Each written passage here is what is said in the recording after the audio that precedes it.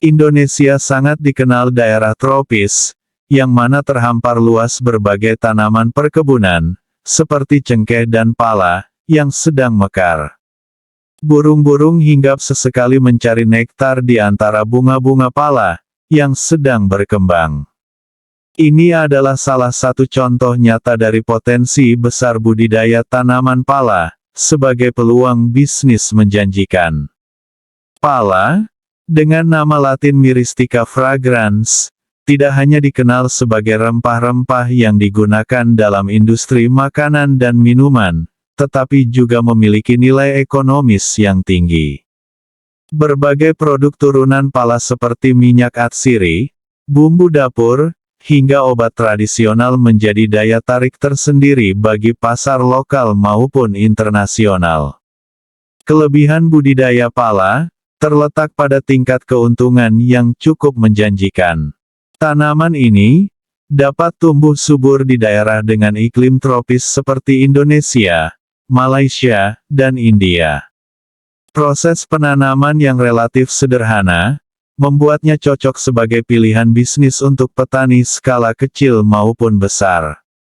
Namun, seperti halnya bisnis pertanian lainnya, budidaya pala juga memiliki tantangan tersendiri.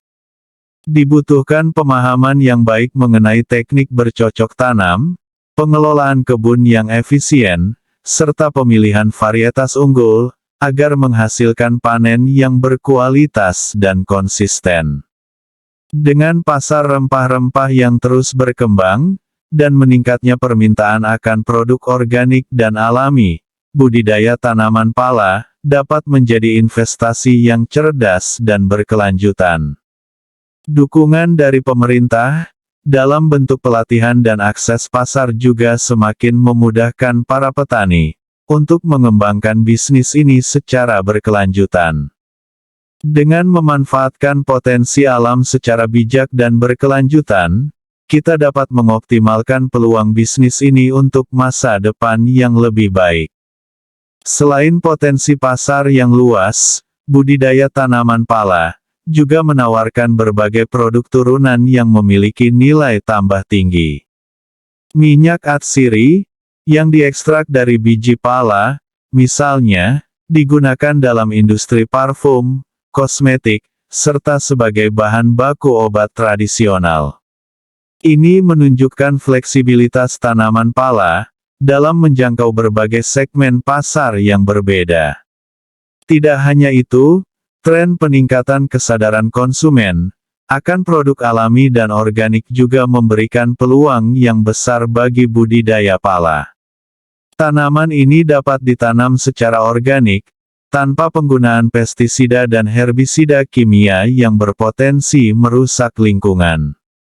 Hal ini menjadikan produk pala lebih diminati oleh pasar yang peduli terhadap keberlanjutan lingkungan.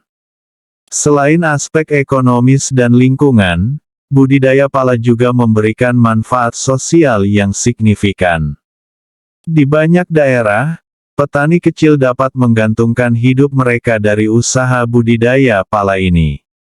Dengan meningkatkan produktivitas dan kualitas hasil panen, mereka dapat meningkatkan taraf hidup dan memperkuat ekonomi lokal. Investasi dalam teknologi pertanian juga dapat mempercepat pertumbuhan bisnis budidaya pala.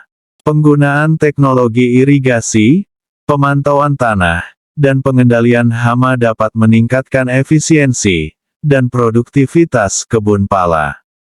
Ini memberikan keunggulan kompetitif dalam pasar yang semakin kompetitif.